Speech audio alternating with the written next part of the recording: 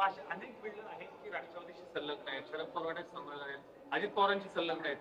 याचा काही म्हणजे अगदी नाव घेतलं भरपूर नावं निघतील, पुणे असेल, पिंपरी चिंचवड असेल, सगळं. तर याचा पण काही हिशोब एवढे तुम्ही जुने आहात तिथं, याचा पण काही हिशोब असेल तेही निघेलच नाही. आता हळूहळू सगळं निघणार आहे. फक्त तीच परवानगी घ्यायला आले वरती. सगळीच जे लोक चुकीची वागतात त्यांच्याविरुद्ध मी बोलणार आहे.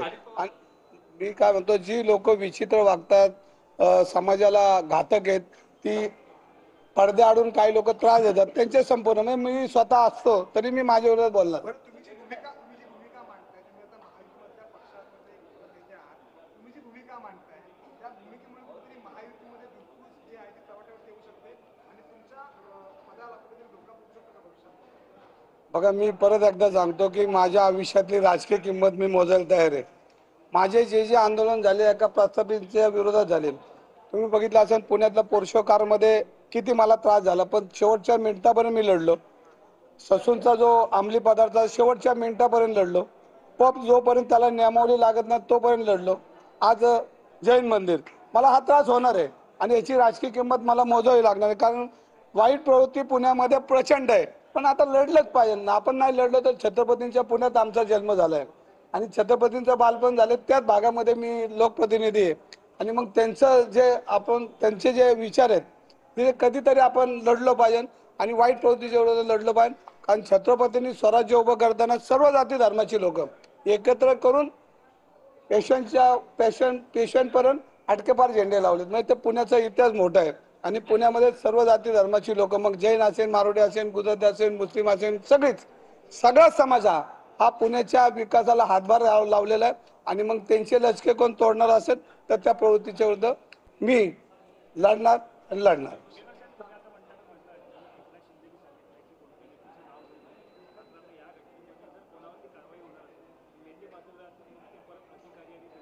नाही, याच्यामध्ये मी म्हणतो सखोल चौकशी केली पाहिजे. जो जो ह्याच्यामध्ये दोषी असेल त्याच्यावर कारवाई झाली पाहिजे.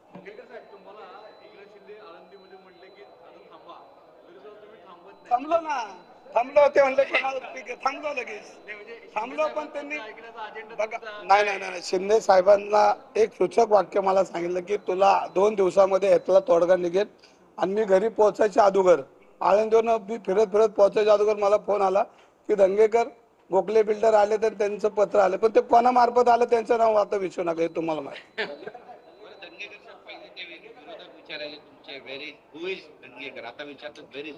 नाही, आता सगळे दंगेकर आता पुणेकरांना दिसलेत, त्यांनाही दिसलेत.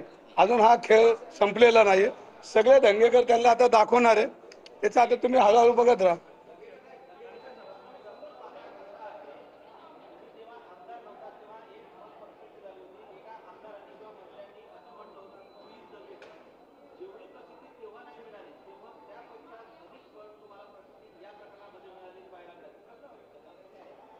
ह्याच्यामध्ये मी प्रसिद्धीसाठी कधी काम करत नाही.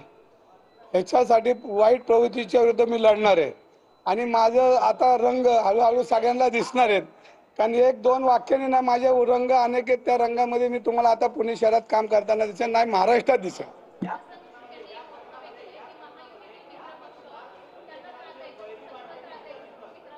नाही, मी पुणेकरांचा, मी पुणेकर माझ्या बरोबर आहेत. नाही, हितचिंतक जास्ती वाढलेत. कारण वाईट प्रवृत्तीची लोक कमी, तिथले काळ टिकणार नाहीत.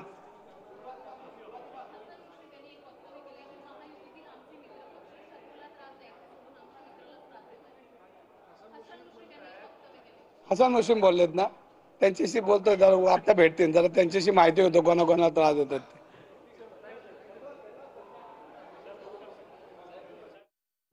रवींद्र धंगेकर एकनाथ शिंदे यांच्या भेटीसाठी पोहोचलेले आहेत आणि या प्रकरणामध्ये जे दोषी असतील त्यांच्यावर कारवाई केली जावी असं वक्तव्य त्यांनी केलेलं आहे.